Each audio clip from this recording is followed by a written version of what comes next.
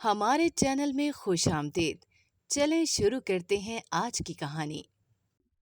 شوہر نشہ کرتا تھا، میری چھوٹی سی بیٹی تھی اور کھانے کو 1 روپیہ نہ تھا۔ میرا 16 سال کا دیور تھا جو بہت کمزور تھا اور ہمیشہ بیمار رہتا تھا۔ ایک دن لنگر سے کھانا لایا جسے کھاتے ہی ہم سو گئے۔ اب روز یہی ہوتا، دیور لنگر کا کھانا لاتا اور کھاتے ہی سو جاتے۔ میرا دیور بھی دن بدن موٹا اور صحت مند ہوتا جا رہا تھا۔ ایک دن میری طبیعت خراب ہو رہی تھی، میں کھانا کھائے بنا سو گئی۔ ابھی آدھا گھنٹہ ہی گزرا تھا کہ روح کانپ گئی، کیونکہ دیور… میرا نام عائشہ ہے، میری عمر اس وقت 25 سال کی ہے، لیکن میں اپنی کہانی اس وقت سے سنا رہی ہوں جب میں 6 سال کی تھی۔ میں اپنے بہن بھائیوں اور امی ابو کے ساتھ ایک چھوٹے سے گاؤں میں رہتی تھی۔ وہ گاؤں کشمیر کے علاقے میں تھا۔ ہم لوگوں کے وسائل بہت ہی کم تھے۔ جب ہی ہم بہن بھائیوں نے اسکول کی شکل بھی نہیں دیکھی۔ مجھے پڑھائی کا بہت شوق تھا، پر میرے امی ابو نے میرے اس شوق کو کسی خاطر میں نہیں لیا، اور چنانچہ میں نے بھی اتنا احتجاج نہ کیا اور چپ ہو گئی تھی۔ البتہ میرے پاس اس زمانے میں 5 روپے تھے، جس سے میں اردو کی ایک کتاب خرید لائی تھی۔ اس کتاب کی مدد سے میں اب اردو پڑھنا سیکھنے لگی تھی اور کسی حد تک کامیاب ہونے لگی تھی۔ میرے ابو نے ایک دن کسی سے پیسے ادھار لیے اور گھر لے آئے۔ میری امی نے اس حرکت پر ان کو خوب باتیں سنائی تھیں کہ یہ انہوں نے کیا کر دیا ہے، یہ پیسے واپس کیسے ہوں گے۔ پر میرے ابو کا خیال تھا کہ ان پیسوں سے انہوں نے ایک زمین خریدنی ہے اور اس زمین پر اپنی محنت سے فصلیں اگائیں گے تاکہ اس طرح منافع آ سکے، اور پھر جب منافع ملے گا اور پیسے ادھار والے واپس کر دیں گے۔ میری امی کو یہ سب پلان بہت نازک لگ رہا تھا، پر میرے ابو کو پورا بھروسہ تھا کہ جو انہوں نے سوچا ہے وہی ہوگا۔ چنانچہ میرے ابو نے خود ہی ان پیسوں کو اس ذمہ دار کو دے دیا جس نے ہمیں وہ زمین دینی تھی۔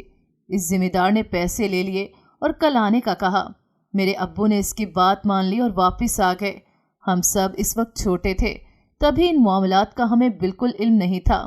میری امی کافی فکر مند تھی اور انہیں یہی ڈر تھا کہ کہیں یہ ذمہ دار کوئی فراڈیا نہ نکل جائے، لیکن ان کا یہ ڈر حقیقت میں بدل گیا، کیونکہ اگلے دن جب میرے ابو اس ذمہ دار سے ملنے گئے تو انہیں معلوم ہوا کہ ذمہ دار یہ شہر چھوڑ کر واپس چلا گیا ہے۔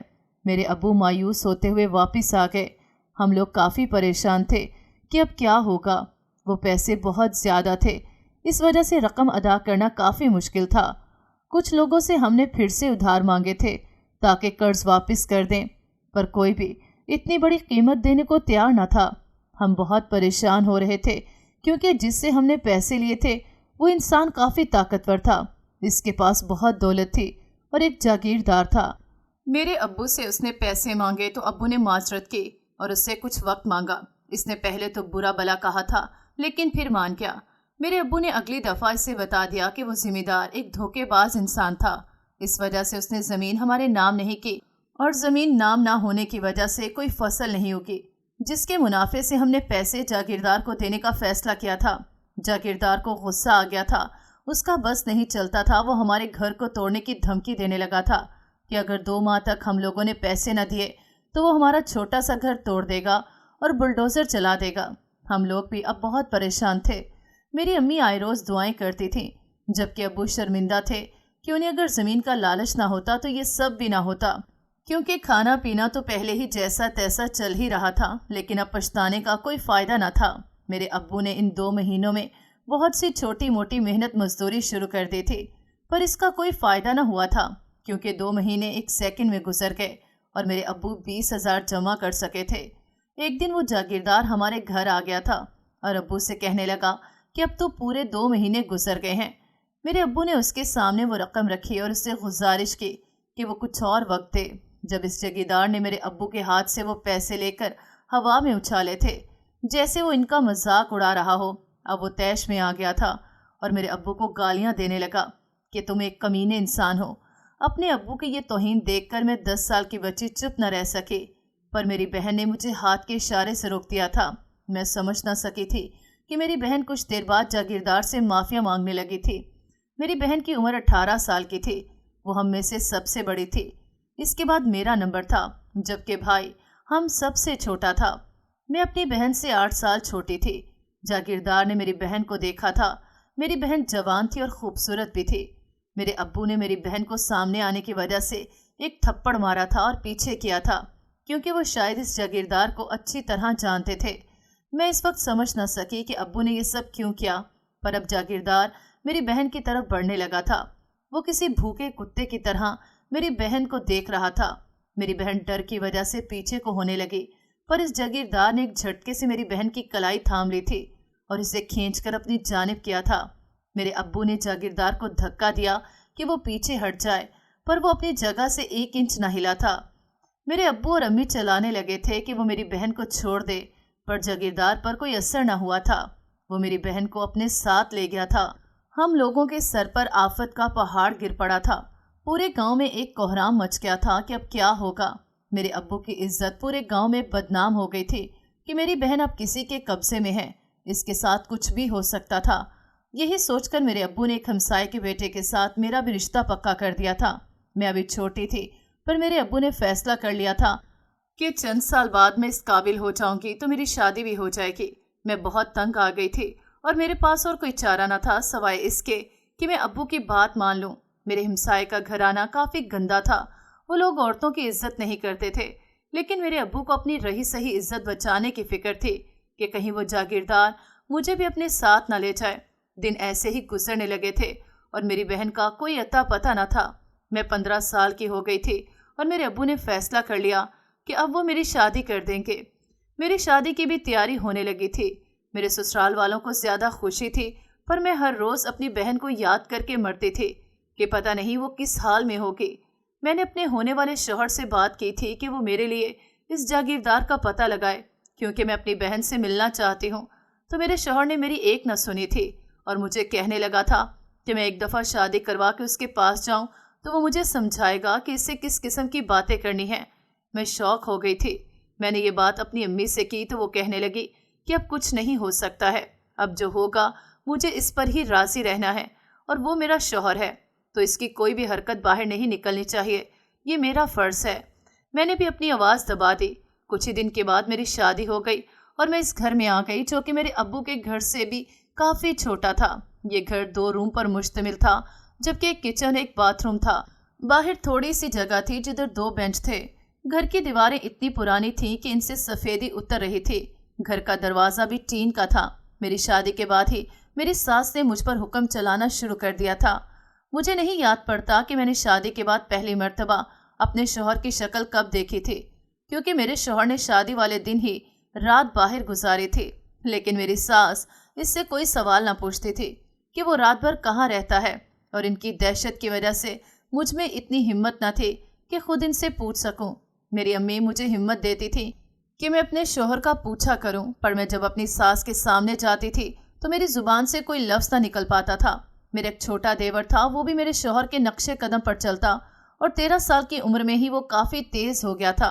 मुझे अब डर रहता था कि अगर आगे जाकर मेरी औलाद हुई तो मैं उसको इन सब लोगों से कैसे दूर करूंगी। मैं दुआ करती थी कि काश मुझे औलाद नसीब ना हो।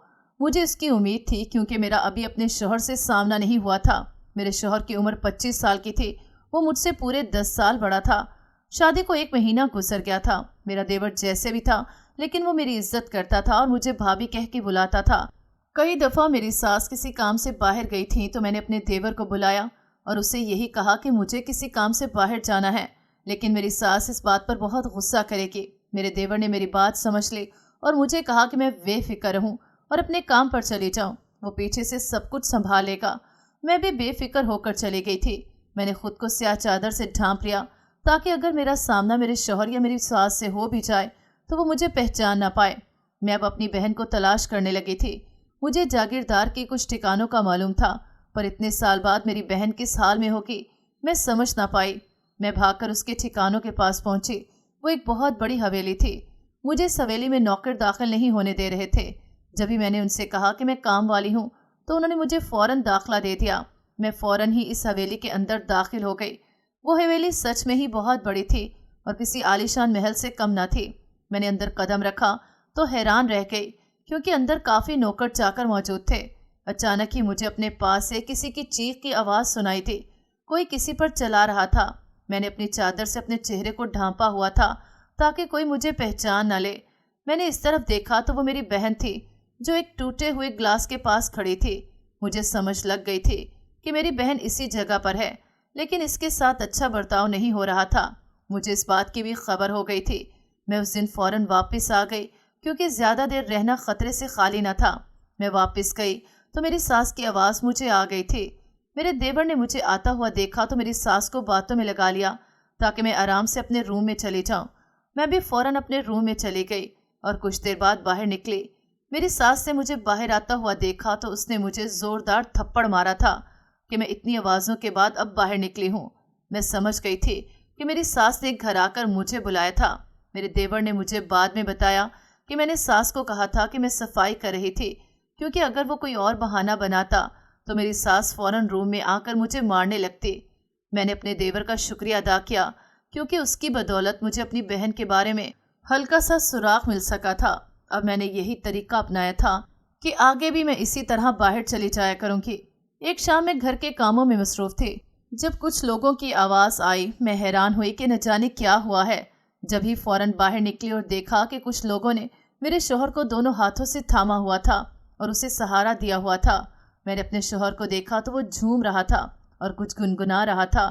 میری ساس نے مجھے کوسا کہ اپنے شوہر کو اندر لے کر آؤں۔ اس پر میں نے اپنے شوہر کو سنبھالا اور اسے گھر کے اندر لائی۔ سارے محلے والے میرے شوہر کی حالت کو انجوائے کر رہے تھے۔ میں شوہر کو روم میں لے کر گئی۔ صاف پتہ چل رہا تھا کہ وہ نشہ کر کے آیا تھا۔ میں نے جلدی سے اسے واش روم میں لے جا کر اس کا حلیہ درست کیا تاکہ وہ ہوش میں آ سکے، لیکن کچھ دیر بعد وہ سونے لگا تھا۔ میں بھی اپنی جگہ پر سو گئی تھی۔ اچانک ہی صبح مجھے کسی نے بیڈ سے نیچے گرایا، جس پر میری آنکھ کھل گئی اور میرا شوہر مجھے گھورنے لگا تھا۔ وہ مجھ سے کہنے لگا تھا کہ میری اتنی اوقات نہیں ہے کہ میں اس بیڈ پر سو سکوں، اس لیے آج کے بعد میں زمین پر سوؤں گی۔ میں سمجھ گئی تھی کہ میرے شوہر کا نشہ نہیں اترا، اس لیے آگے سے کوئی جواب نہ دیا۔ میرا شوہر پھر سے باہر نکل گیا تھا اور اب وہ دوبارہ ساری رات باہر ہی رہا۔ مجھے معلوم نہیں تھا کہ وہ اتنے پیسے کہاں سے لیتا ہے، کیونکہ آج کل تو کوئی مفت کا نشہ بھی نہیں کرواتا۔ یہی چیز مجھے کھٹک رہی تھی۔ ایک دفعہ میں نے اس کا پیچھا کرنے کا فیصلہ کیا تھا، لیکن میری قسمت اتنی خراب تھی کہ میری ساس کو شک ہو گیا کہ میں گھر سے باہر نکلی ہوں۔ اس نے پیچھے سے مجھے دیکھ لیا تھا اور اگلی دفعہ میرے شوہر سے میری شکایت کر دی تھی کہ میں نے اس کی جاسوسی کی ہے۔ میرا شوہر شاید اسی بات کا انتظار کر رہا تھا۔ وہ مجھ پر ٹوٹ پڑا تھا اور وہ رات میری زندگی کی سب سے اذیت ناک رات بن گئی تھی۔ میں اس رات بہت تڑپی تھی۔ میری چیخیں شاید پورے محلے کو سنائی دے رہی تھیں، پر ان کے لیے یہ کوئی بات نہ تھی کیونکہ یہ اس محلے کا رواج تھا۔ اگلی صبح میرا بدن ٹوٹ رہا تھا، درد سے میرا چلنا محال تھا۔ میں تو بس موت کی دعا مانگتی تھی۔ میرا شوہر اب باہر جاتے ہوئے مجھے روم میں بند کر دیتا تھا تاکہ میں اس کی جاسوسی نہ کر سکوں۔ میرے شوہر کے پاس نشے کے لیے پیسے کم پڑ گئے تھے۔ جب ہی اس نے گھر کا سامان بیچ دیا تھا اور ان پیسوں سے نشہ کرنے لگا تھا۔ ہمارے گھر میں اب ضرورت کا سامان بھی نہیں ہوتا تھا۔ انہی دنوں مجھے معلوم ہو گیا کہ میں ماں بننے والی ہوں۔ اگر میری جگہ کوئی اور یہ خبر سنتا تو اس کے لیے یہ بات بہت خوشی کی تھی، پر میرے لیے یہ خبر کسی مصیبت سے کم نہ تھی، کیونکہ میں جن حالات سے گزر رہی تھی، میں نہیں چاہتی تھی کہ اولاد نصیب ہو۔ میں اس رشتے سے چھٹکارا چاہتی تھی۔ میں بس اپنی بہن کو آزاد کرنا چاہتی تھی، لیکن اب اس ننھی کلی کو دبوچ نہیں سکتی تھی۔ مجھے معلوم تھا کہ اس ننھی کلی کو کھلنا ہی ہے، پر میں نے اس خبر کا اظہار کسی سے نہ کیا۔ 5 مہینے اسی طرح گزار دیے تھے۔ میرے کپڑے اتنے کھلے ہوتے تھے کہ کسی نے محسوس ہی نہ کیا، اور میرا شوہر بھی اتنا عرصہ باہر گزارتے تھے، وہ میرے پاس بھی نہیں آتا تھا جو اسے معلوم ہو سکتا۔ ایک رات میرا شوہر واپس گھر آیا۔ وہ مجھے اپنے پاس بلانے لگا۔ مجھے ڈر تھا کہ کہیں اسے معلوم نہ ہو جائے کہ میں پیٹ سے ہوں، لیکن اگر میں اس کے پاس نہ جاتی تو پھر اس نے میری جو حالت کرنی تھی اس سے بچے کو خطرہ ہو سکتا تھا۔ اب میں آہستہ سا اس کے پاس آئی۔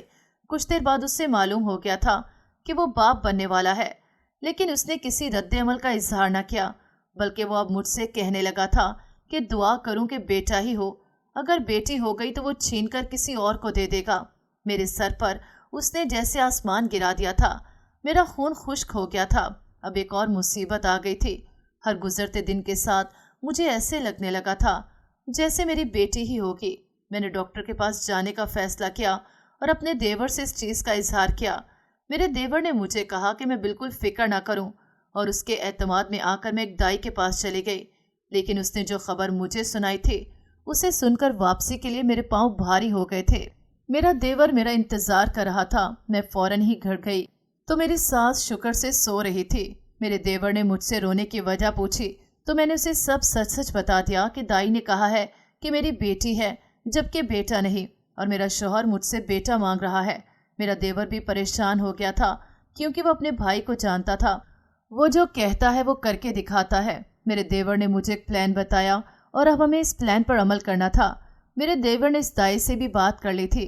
वो दाई इस प्लान में हमारे साथ शामिल हो गई थी। कुछ दिन के बाद वो दिन आ गया जब हमारा प्लान शुरू होना था। मेरी हालत ख़राब होने लगी थी। जब मेरे देवर ने इस दाई को बुलाया, मेरे देवर ने सबको यही खबर सुनाई कि मेरा बेटा हुआ है और इसको एक कपड़े में अच्छी तरह कवर किया था ताकि किसी को मालूम ना हो सके कि बेटी है। मैं इस वक्त होश में नहीं थी। मेरे देवर ने मुझे ये सब बाद में बताया था। मैं सुनकर शौक हो गई। मुझे डर था कि कहीं हम दोनों पकड़े न जाएं। मेरा शौहर अब काफ़ी खुश था। वो अपने मोहल्ले और आवारा दोस्तों में मिठाई बंटवाने लगा था। अब मेरी सास और शौहर का बर्ताव भी मेरे साथ किसी हद तक ठीक हो गया था। मुझे इस बात की हल्की सी खुशी हुई थी। एक रात मेरी बेटी की तबीयत काफ़ी बिगड़ गई। जब मेरा शौहर भी तंग आ रहा था, उसने अगली सुबह मुझे अकेले ही दाई के पास भेज दिया। मैंने सुख का सांस लिया और ये अच्छा मौका समझा था जिसमें अब मैं अपनी बहन से मिल सकूंगी। इस वक्त सुबह का वक्त था। मैंने दाई से अपनी बेटी को चेक करवाया और जागीरदार की ज़मीन पर पहुंच गई। कुछ देर बाद ही मुझे मेरी बहन नजर आ गई जो बाहर ज़मीन की सफाई कर रही थी। उसकी हालत इतनी बुरी थी कि वो मुझसे पहचानी नहीं जा रही थी। मैंने काफ़ी मुश्किल से उसे पहचाना था और उसे गले लगाया था। मैं अब फूट फूट कर रोने लगी थी। मैंने उसे समझाया कि हम दोनों अब मिल लिया करेंगे और ये भी पूछा कि कहीं जागीरदार ने उसके साथ कुछ गलत ना किया हो, पर उसने बताया कि वो इस चीज़ से बचने के लिए हज़ारों दुआएं करती है, इस वजह से जागीरदार के कहर से बच जाती है। मैंने उसे इजाज़त मांगी कि अब मुझे वापस जाना चाहिए। उसे मैंने अपनी रवादात बिल्कुल न सुनाई क्योंकि मेरे पास इतना वक्त नहीं था। मैं वापस भागी। जब मेरे शौहर ने मुझ पर चिल्लाना शुरू कर दिया था कि इतनी लेट क्यों आई हो, तो मैंने उससे बताया कि दाई के पास काफ़ी रश था और मेरा नंबर लेट आया था, इसी वजह से मैं लेट हो गई। तो वो भी चुप हो गया और बाहर निकल गया। मैं अपनी बेटी को अब सबसे छुपा कर रखती थी क्योंकि अगर मैं कुछ भी सबके सामने कर लेती तो मेरा ये झूठ भी सबके सामने आ जाना था। मेरी बेटी अब 3 साल की हो गई थी। मैं उसके खाने पीने का ख्याल रखती थी, पर घर में हमारे लिए खाने के लिए कुछ भी नहीं होता था। मेरा देवर भी काफ़ी कमज़ोर हो गया था।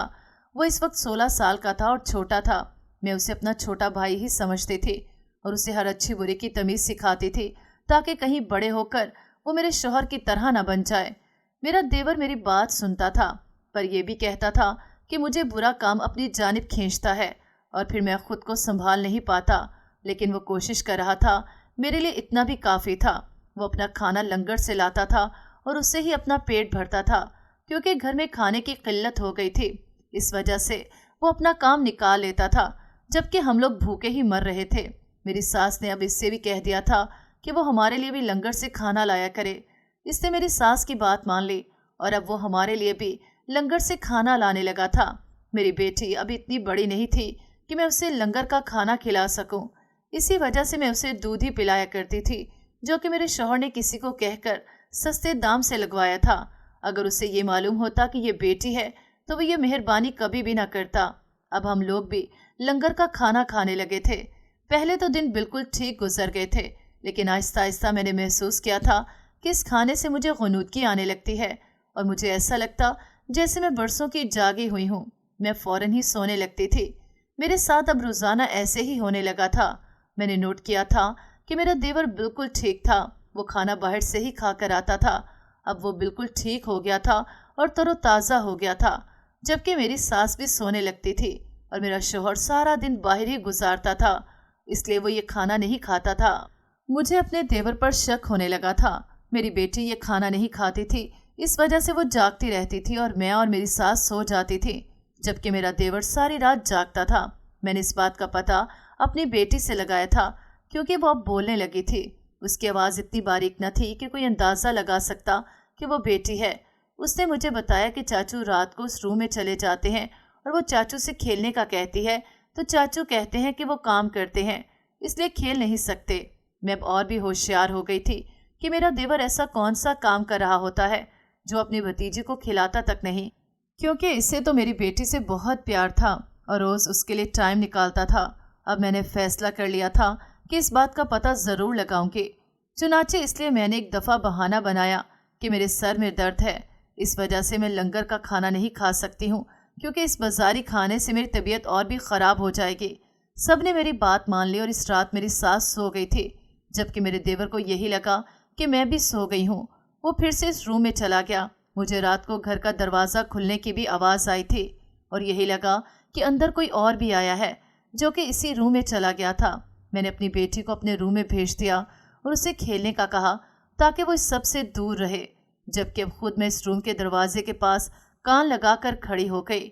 मुझे शौक तो तब लगा जब मैंने इस रूम से निस्वानी आवाज़ सुनी। मैं हैरान हो गई थी कि मेरा देवर इस सब में भी मुलव्विस है। अब मुझे अपने देवर की चाल की समझ लग गई थी। वो हमारे खाने में कोई दवा मिलाता था जिसके ज़ेरे असर हम सो जाते थे, और वो ये काम करता था। मैंने आज रात को ही उसकी खबर लेने का मंसूबा बनाया। अब मैं इंतज़ार करने लगी थी कि कब वो बाहर निकले और मैं इसका सामना करूं। मेरी बेटी भी मुझसे पूछने लगी थी कि ये सब क्या है, पर मैंने उसका जहन दूसरे काम की तरफ मसरूफ़ कर दिया। कुछ ही देर बाद मुझे दरवाज़ा खुलने की आवाज़ आई और ऐसे लगा जैसे वो बाहर आ गया है, तो मैं भी अपने रूम से बाहर निकल आई। मेरा देवर मुझे देखकर हैरान रह गया था। वो शायद ये भूल गया था कि मैंने इस लंगर का खाना आज नहीं खाया था। अब उसे याद आया। वो शर्मिंदा होने लगा जब मैंने उससे पूछा कि ये सब क्या था, लेकिन वो डर गया था। वो बहुत छोटा था, उसकी उम्र अभी इन सब कामों के लिए नहीं थी, लेकिन फिर भी उस बुरी कंपनी ने उसे ये सब करने पर उकसाया था। इस वजह से वो इस सब का आदी हो चुका था। पर इस बार उसने हद ही कर दी थी, क्योंकि ये सब घर पर कभी मेरे शौहर ने नहीं किया था और वो करने लगा था। मैंने उसे कह दिया था कि मैं ये सब उसके भाई यानी अपने शौहर को भी बता सकती हूँ, लेकिन वो डर गया था और मुझसे कहने लगा कि उसने मेरी इतनी मदद की है और मेरा इतना साथ दिया है, इस सब का एहसान मैं ऐसे नहीं उतार सकती। मैं भी समझ गई थी, मैं तो उसे डराना चाहती थी। मैं कौन सा अपने शौहर से उसकी सच में शिकायत करने वाली थी, लेकिन कुछ सोचकर मैंने उससे कहा कि अब वो मेरा एक और एहसान भी कर दे। तो वो कहने लगा कि कैसा एहसान।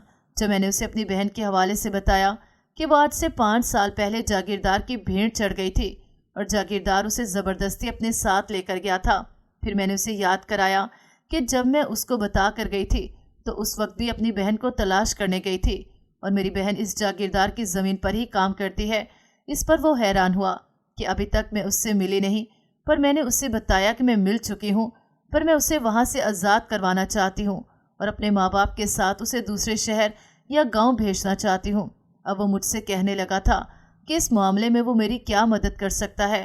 तो मैंने उससे बताया कि ये लंगर का खाना वो अपने भाई और अम्मी को खिला दे ताकि रोज़ रात को वो सो जाया करें और मैं इस वक्त ये काम कर लूँगी। तो वो मेरी बात मान चुका था, पर कहने लगा मेरा शौहर तो बाहर होता है। इस पर मैंने उससे कहा कि वो अपनी अम्मी से बात करे कि भाई को भी लंगर के खाने की ज़रूरत है ताकि वो भी इसकी तरह सेहतमंद हो जाए। इसे मेरा ये प्लान पसंद आया था और वो मान गया और कहने लगा था कि अब मैं उसकी सच्चाई अपने शौहर को ना बताऊं।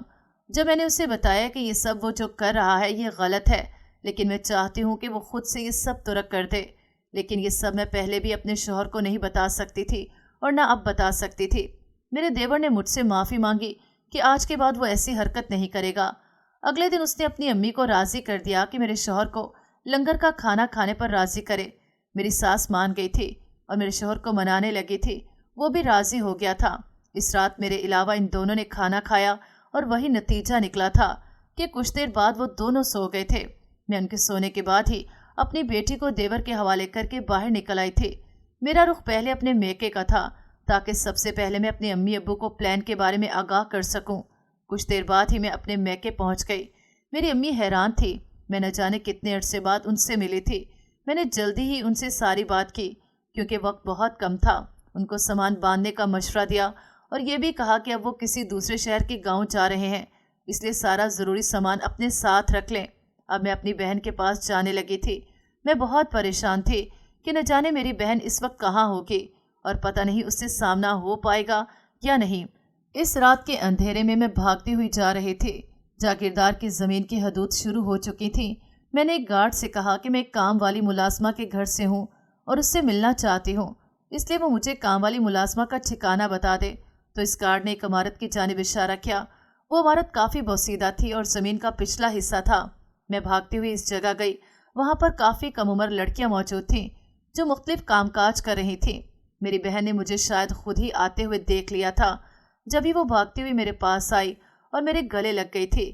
میں نے اس کا ہاتھ تھاما اور اسے اپنے ساتھ چلنے کو کہا، کیونکہ وقت بہت کم تھا اور وقت ضائع نہیں کر سکتے تھے۔ اس نے مجھے کہا کہ یہ سب خطرے سے خالی نہیں ہے، لیکن میں نے اس سے کہا کہ یہ سب کرنا ہی ہے۔ وہ میرے ساتھ بھاگنے لگی تھی، پر گارڈ ہم دونوں کو دیکھ رہا تھا۔ میں نے دوسرا راستہ چنا اور جھاڑیوں کو پھلانگتے ہوئے کچے راستے کی مدد سے وہاں سے بھاگنے میں کامیاب ہو گئے۔ گارڈ اتنا دور ہمیں دیکھ نہ سکا کیونکہ دھند کی وجہ سے کوئی بھی چیز دکھائی نہیں دے رہی تھی۔ اسی وجہ سے ہمیں فائدہ ہو گیا تھا۔ میں اپنی بہن کو فوراً ہی اپنے میکے لے کے چلی گئی۔ میری بہن سے مل کر سب بہت روئے تھے۔ وہ پہچانی نہیں جا رہی تھی کیونکہ اس کی حالت کافی خراب تھی۔ میں نے دیکھا تو امی نے سامان باندھ لیا تھا۔ میں نے جلدی سے انہیں بس کے اڈے پر پہنچایا اور ایک گاؤں کا پتہ اپنی بہن کو سمجھا دیا تھا۔ میری بہن مجھے بھی اپنے ساتھ چلنے کا کہنے لگی، پر میں نے اس سے کہا کہ کل رات کو میں بھی آ جاؤں گی اور اپنی بیٹی کے ساتھ آؤں گی، اس لیے وہ میرا رات ہوتے ہی گاؤں میں انتظار کرے۔ وہ سمجھ گئی۔ میں بھی انہیں الوداع کر کے واپس اپنے گھر آ گئی تھی۔ میں بہت پریشان تھی کہ اب خود کیسے بھاگ سکوں گی۔ میرا دیور میرا بھرپور ساتھ دے رہا تھا۔ وہ مجھ سے کہنے لگا کہ اگر میں یہی چاہتی ہوں تو وہ مجھے بالکل نہیں روکے گا اور پیچھے سے سب کچھ سنبھال لے گا۔ میں اب اگلی رات کا انتظار کرنے لگی۔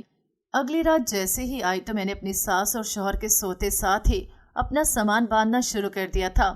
میری کوشش یہی تھی کہ اپنے ساتھ کم سے کم سامان لے کر جا سکوں، کیونکہ مجھے اپنی بیٹی کو بھی اٹھانا تھا۔ سامان باندھ کر اپنی بیٹی کو اپنے ساتھ لیا اور دیور کو ڈھیروں دعائیں دے کر میں وہاں سے نکل آئی تھی۔ میں آزاد ہو چکی تھی، اس کی مجھے بہت خوشی تھی۔ میں بھی اپنی امی ابو اور بہن بھائی کے ساتھ اس گاؤں میں رہنے لگی۔ میں نہیں چاہتی تھی کسی کو بھی ہمارا پتہ معلوم ہو سکے۔ میرے دیور سے میری ملاقات ہوتی رہتی تھی۔ اپنی بیٹی کا نام میں نے فاطمہ رکھا تھا۔ میرا دیور فاطمہ سے ملنے بھی آتا رہتا تھا۔ اس نے مجھے بتایا کہ وہ باہر جا رہا ہے اور اس کا ویزا لگ گیا ہے، جبکہ اس نے مجھے ایک اور بات بتائی تھی کہ میرے شوہر نے دوسری شادی کر لی ہے۔ میں نے اس سے ایک آخری درخواست کی تھی کہ وہ باہر جانے سے پہلے اپنے بھائی سے مجھے طلاق دینے کی بات کرے، تو اس نے مجھے بتایا کہ بھائی کو ابھی بھی لگتا ہے کہ فاطمہ کی جگہ بیٹا ہے، کیونکہ انہیں کسی نے سچ نہیں بتایا۔ اسی وجہ سے وہ کہہ رہے ہیں کہ جب تک بیٹا نہیں دیتی اسے طلاق نہیں ملے گی۔ میں پریشان ہو گئی تھی۔ مجھے طلاق بھی چاہیے تھی تاکہ میں اپنے لیے کچھ کر سکوں۔ میں نے اپنے دیور کو سچ بتانے کا کہہ دیا۔ اس نے میرے شوہر کو سچ بتا دیا۔ میرے شوہر نے یہ سچ سنتے ہی مجھے آزاد کر دیا تھا۔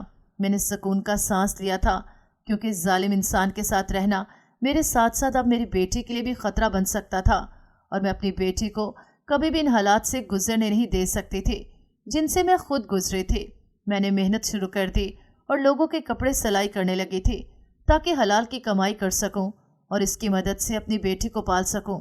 میری بہن کی بھی جلد ہی شادی ہو گئی تھی، جبکہ میرا یہی مقصد تھا کہ اپنی امی ابو کے پاس ہی رہوں۔ میں نے اپنی بیٹی کو ماں کے ساتھ ساتھ باپ کا پیار بھی دیا تھا تاکہ کبھی اسے باپ کے پیار کی کمی محسوس نہ ہو سکے۔ ناظرین، اگر آپ کو ہماری کہانی اچھی لگی ہے تو ویڈیو کو لائک کریں، شیئر کریں اور ہمارے چینل کو سبسکرائب کریں۔ اگلی ویڈیو تک اجازت دیں۔ اللہ حافظ۔